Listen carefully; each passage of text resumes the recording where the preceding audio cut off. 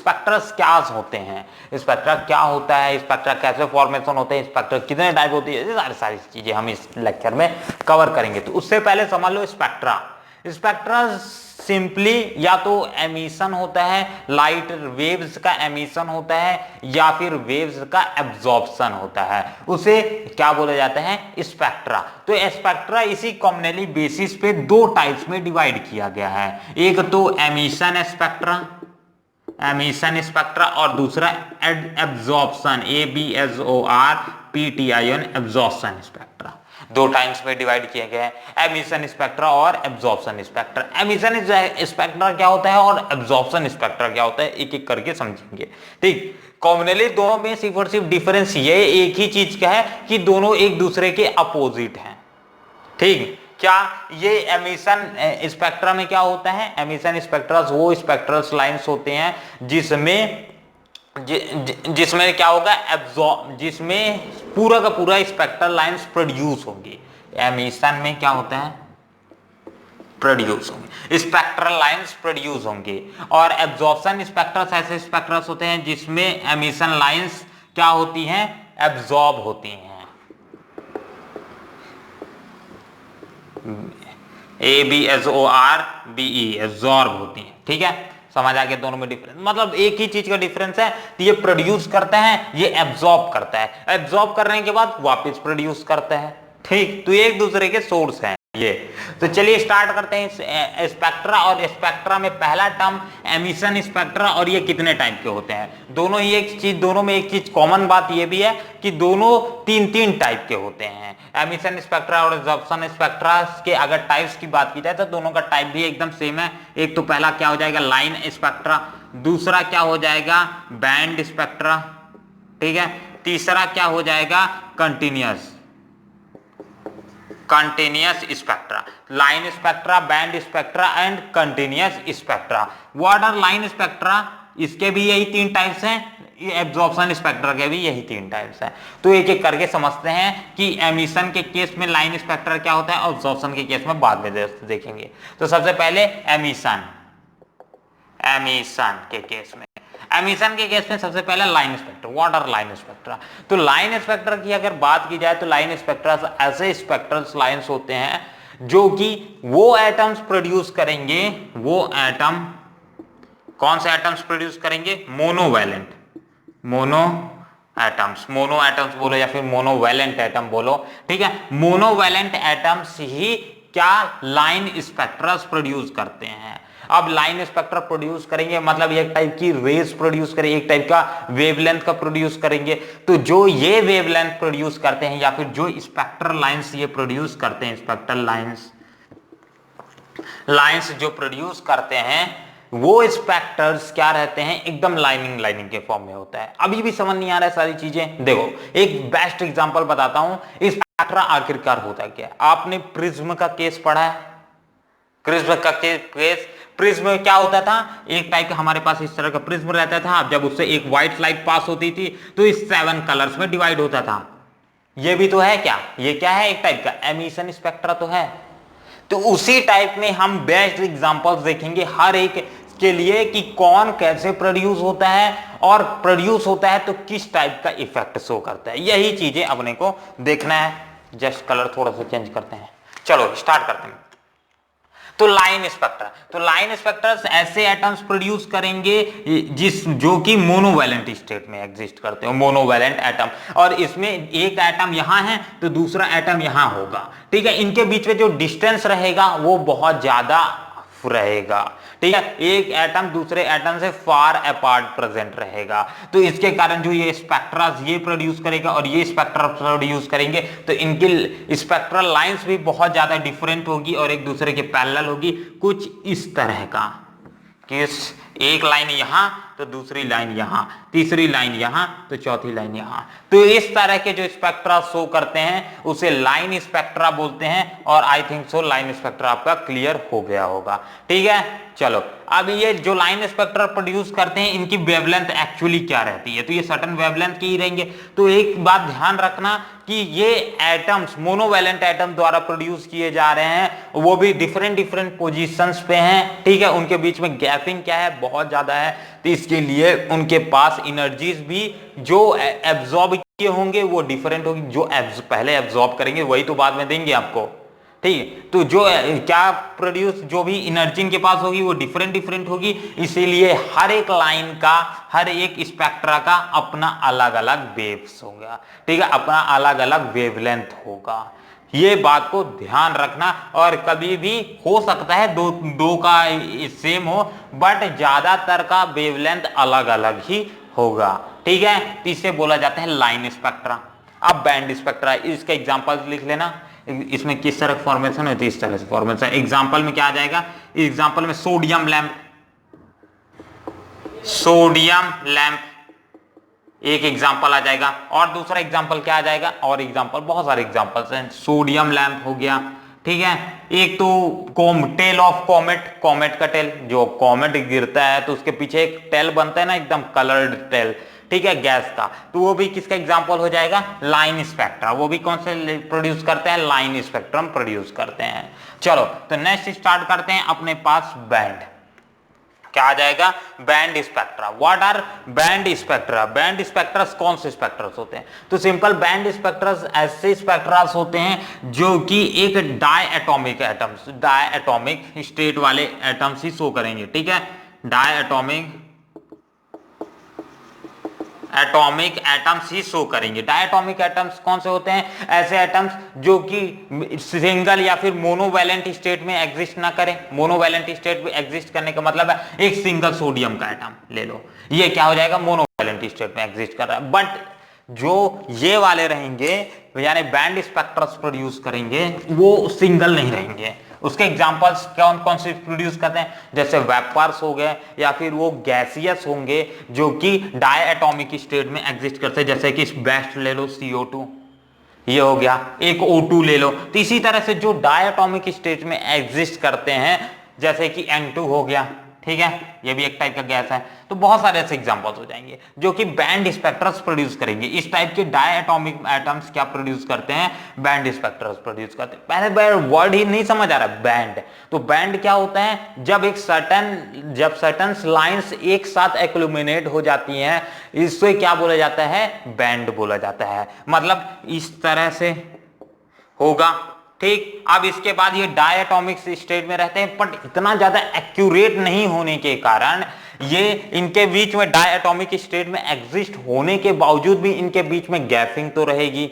बहुत ज्यादा गैपिंग नहीं रहती है जितना लाइन स्पेक्ट्रम में एटम्स में गैपिंग रहती है, दो एटम के बीच में उतना गैपिंग तो नहीं रहती है, बट ज्यादा उतना भी क्लोजिंग एक दूसरे के साथ उतना इंटरेक्ट भी नहीं रहते हैं। मतलब C और O का बीच में जैसे बात करें तो इतना गैप। ठीक, तो ये भी गैप तो है ना।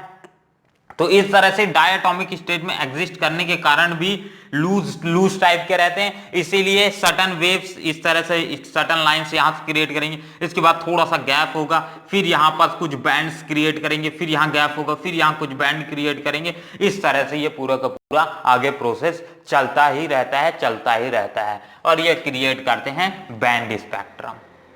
क्लियर है यहां पास? तो इसका एग्जाम्पल क्या हो जाएगा, CO2 हो जाएगा, O2 हो जाएगा, N2 हो जाएगा।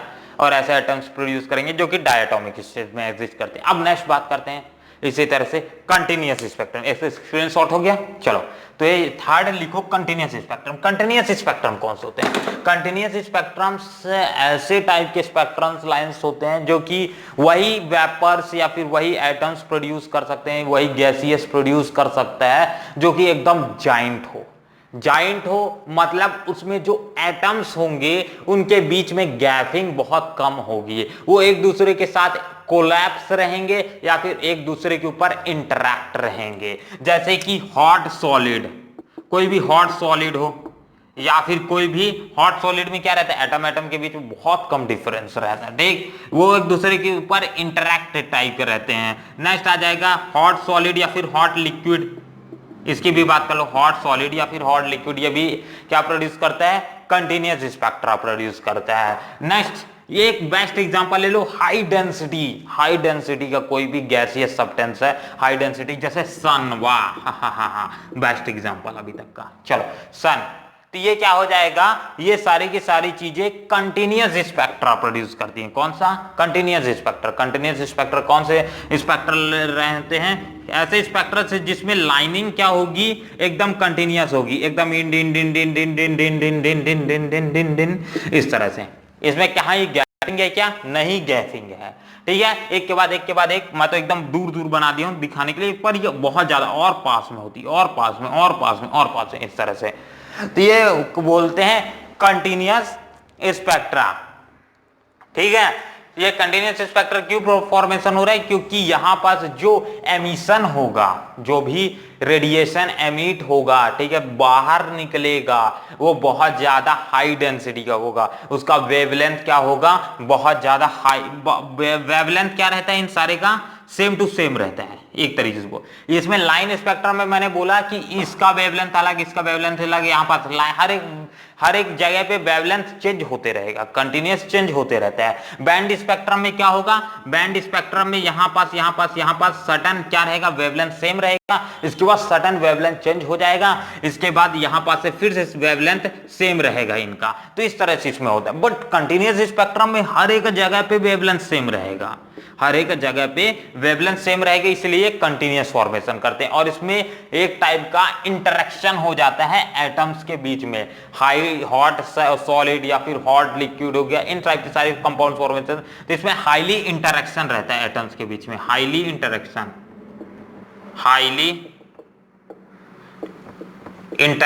रहता है। समझ आया, चीजें क्लियर है, वीडियो तो क्लियर है ना, क्लियर है, थोड़ा सा और जूम कर दो, अब ज्यादा क्लियर है। चलो ठीक, तो यहां तक क्लियर है।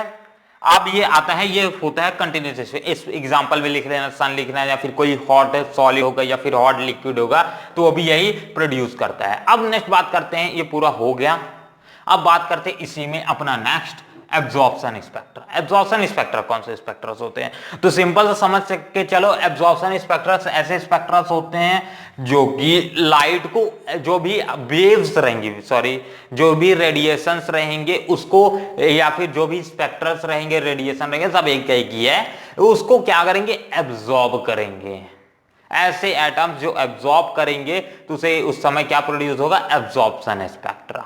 एब्जॉर्प्शन स्पेक्ट्रा में भी हर चीजें सेम रहेगी। लाइनिंग के लिए क्या रहेगा, एटम्स इतनी दूर दूर रहेंगे, ठीक है। बैंड्स के लिए जो सारे के लिए केसेस पढ़े ना, सारी की सारी चीजें सेम टू सेम रहेंगी। वेवलेंथ सारी की सारी सेम टू सेम रहेंगी। बट क्या चेंजेस आएगा, दैट इसमें ये सारी की सारी चीजें, ये रेडिएशंस, ये वेवलेंथ एब्जॉर्ब हो रहे होंगे किसी भी एटम में, किसी भी एटम के इलेक्ट्रॉन में, और एटम का electron lower oxidation, sorry lower state से हायर एक्साइटेशन स्टेट पे जा रहा होगा। हमने पहले ही पढ़ चुका था कि ये स्पेक्ट्रल लाइंस कब प्रोड्यूस होंगी, जब इलेक्ट्रॉन्स कहां से कहां जाएगा, जब इलेक्ट्रॉन्स यहां पास एनर्जी एब्जॉर्ब करेगा और लोअर से हायर में जाएगा, तब स्पेक्ट्रल लाइंस प्रोड्यूस होंगी। और जब वो हायर से लोअर में आएगा तब स्पेक्ट्रल लाइंस अपने को देखने को मिलेगा। और ये दो केसेस अलग अलग देखेंगे, जब वो एब्जॉर्ब करेगा तो हायर एक्साइटेशन में स्टेट में जाएगा, तब अपने को एब्जॉर्प्शन स्पेक्ट्रा देखने को मिलेगा। और जब वो हायर एक्साइटेशन स्टेट से लोअर एक्साइटेशन स्टेट में आएगा,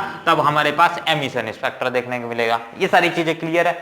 चलो, तो ये हो गया एब्जॉर्प्शन स्पेक्ट्रा भी क्लियर। इसी के साथ साथ एक ही चीज है, दोनों चीजें सेम टू सेम है, बस कॉन्सेप्ट थोड़ा सा अलग है कि वो इसमें क्या होता है, एमिशन में प्रोड्यूस होता है, इसमें यही स्पेक्ट्रा से एब्जॉर्ब होते हैं। तो ये क्लियर हो गया हो तो जस्ट आगे बढ़ते हैं। अब नेक्स्ट आता है सोलार स्पेक्ट्रम, ठीक, सोलार स्पेक्ट्रम, इसका एक नेम है साइंटिस्ट का, जस्ट इसके स्क्रीनशॉट ले लो। जैसे स्टार्ट करते हैं, आगे हो गया स्क्रीनशॉट। अब नेक्स्ट आता है सोलार रेडिएशन। सोलार जैसे कि जो सन सन जो एमिशन करता है रेडिएशन का, वो भी स्पेक्ट्रस प्रोड्यूस करेंगे। तो उसमें क्या है, उसके ऊपर एक थ्योरी निकली थी करीब करीब 1840 में, ठीक है। 1840 में एक फरान फॉर साइंटिस्ट का नाम था, उन्होंने ये थ्योरी दी थी, ठीक। और उस थ्योरी के हिसाब से क्या था कि उन्होंने जब इस पूरे के पूरे स्पेक्ट्रस जो सन स्पेक्ट्रम प्रोड्यूस कर रहा था उसको एकदम क्लियरली जूमिंग करके देखा। जूमिंग करने का मतलब हाईली स्टडी करके देखा, ठीक है। तो ये आइडेंटिफाई किया, ये कॉन्सेप्ट दिया कि दैट उसमें बहुत सारे एकदम क्रॉस लाइंस प्रेजेंट रहेंगी। क्रॉस लाइन बोलने का मतलब है डार्क बैंड्स प्रेजेंट रहेंगे। जहां जैसे कि मैंने बोला कंटिन्यूस, तो यहां कुछ कुछ जगह पे इस तरह का, इसको अगर जूम करोगे, एक सन का मैंने यही बनाया था, तो जैसे इस तरह से कहीं कहीं जगह पे एकदम ब्लैकिश देखने को मिलेगा इस तरह से। तो ये पूरा उन्होंने बताया 1814 में। तो ये पूरा थ्योरी के हिसाब से उन्होंने अपना एक नया थ्योरी दिया जिसे फरान फॉर लाइंस बोला जाता है। क्या बोला जाता है, स्पेलिंग गलत हो जाएगा, इसका नाम लिखो FRAUNHOFER, फॉरन फोर्स लाइन, ठीक। चलो, तो फॉरन फोर्स लाइंस इस वाले कॉन्सेप्ट को बोला जाता है, इस लाइनिंग को क्या बोला जाता है, फॉरन फोर्स लाइंस बोला जाता है। अब तो ये ऐसा कैसे हो रहा था, ये सारी चीजें तो हमने समझ ली कि हाँ भाई ऐसा ऐसा हुआ, बट ये उनके कॉन्सेप्ट के हिसाब से बोला क्या उन्होंने ये बोला कि दैट कुछ एकदम क्रॉस लाइंस प्रेजेंट रहेंगी, मतलब एक कुछ ब्लैकिश लाइंस प्रेजेंट रहेंगी, डार्क बैंड्स प्रेजेंट रहेंगे लाइट बैंड्स के बीचों बीच। ये इसलिए हो रहा है क्योंकि सन के बाहर, जैसे ये सन है, ठीक है, सन के बाहर एटमॉस्फेयर क्या रहता है, एकदम से कोल्ड रहता है। क्योंकि एक चीज ध्यान रखना, पूरा का पूरा गैलेक्सी बहुत ज्यादा कोल्ड है हमारा, ठीक है। अर्थ के बाहर जाओगे भाई, बहुत ज्यादा वहां का टेम्परेचर क्या रहता है, बहुत ज्यादा माइनस में रहता है। और वो क्या पूरा का पूरा सोलार सिस्टम एकदम ठंडा है, लोगों को लगता है गर्म है, पर वो गर्म नहीं, ठंडा है, ये बात ध्यान रखना। चलो, तो ये यहाँ का एटमॉस्फेयर एकदम से ठंडा रहता है। तो ठंडा रहने के कारण जैसे यहाँ पास से कोई रेज निकली, कोई स्पेक्ट्राज निकले, तो ये स्पेक्ट्राज की जो डिफरेंट स्पेक्ट्रा, यहाँ एब्जॉर्प्शन स्पेक्ट्रा होता है, ठीक है। तो एब्जॉर्प्शन के कारण इसके कुछ स्पेक्ट्राज को यहाँ के जो गैसियस रहते हैं, वो गैसेस उसे एब्जॉर्ब कर लेते हैं। यहाँ बाहर में ना एक कोल्ड गैसेस प्रेजेंट रहती हैं, वो गैसेस उसको एब्जॉर्ब कर लेती हैं। अब एब्जॉर्ब करने के कारण उसमें ब्लैक लाइंस आ जाती हैं। अब ये तो ये यहाँ तक रुका नहीं है, ठीक है। अब ये रेस क्या जा रही है और अर्थ में आई। अब अर्थ के लेयर भी है, ओजोन का लेयर हो गया, ठीक है। इसके बाद डिफरेंट और से लेयर्स हो गए। तो ये लेयर्स भी क्या करेंगी, इस रेज की कुछ लाइंस, कुछ स्पेक्ट्रल्स को एब्जॉर्ब कर लेती हैं, और एब्जॉर्ब करने के कारण यहाँ कुछ डार्क बैंड्स क्रिएट हो जाते हैं। तो ये सारा का सारा कॉन्सेप्ट उन्होंने दिया अपने थ्योरी के हिसाब से, जिसे फॉरेन फोर्स लाइंस बोला जाता है, और उनका नाम ही फॉरेन फोर्स था, ठीक। चलो, तो ये लेक्चर के लिए सिर्फ और सिर्फ इतना ही है कि इसका स्क्रीनशॉट हो जाए तो बस मजा आ गया। और मिलते हैं अगले वीडियो पे, जहां हम इससे रिलेटेड बोर्ड्स के अभी कॉन्सेप्ट हमने पढ़ लिया था, इसके ये टॉपिक बार बार छूट रहा था हर दिन, तो मैंने सोचा कवर करा देता हूं। फिर आखिरी में लिमिटेशंस कवर करा देंगे, कल नेक्स्ट लेक्चर में मिलेंगे लिमिटेशन। और इसके बाद मिलते हैं अगले वीडियो पे, जहां हम कुछ क्वेश्चन सीबीएसई के सॉल्व करेंगे, फिर नीट के सॉल्व करेंगे, फिर जेईई के सॉल्व करेंगे। भाई क्वेश्चन सॉल्व करेंगे, क्वेश्चन सॉल्व करना है कि नहीं करना है। चलो, तो मिलते हैं अगले वीडियो पे, तब तक के लिए अपना ध्यान रखिए। जय हिंद, जय भारत।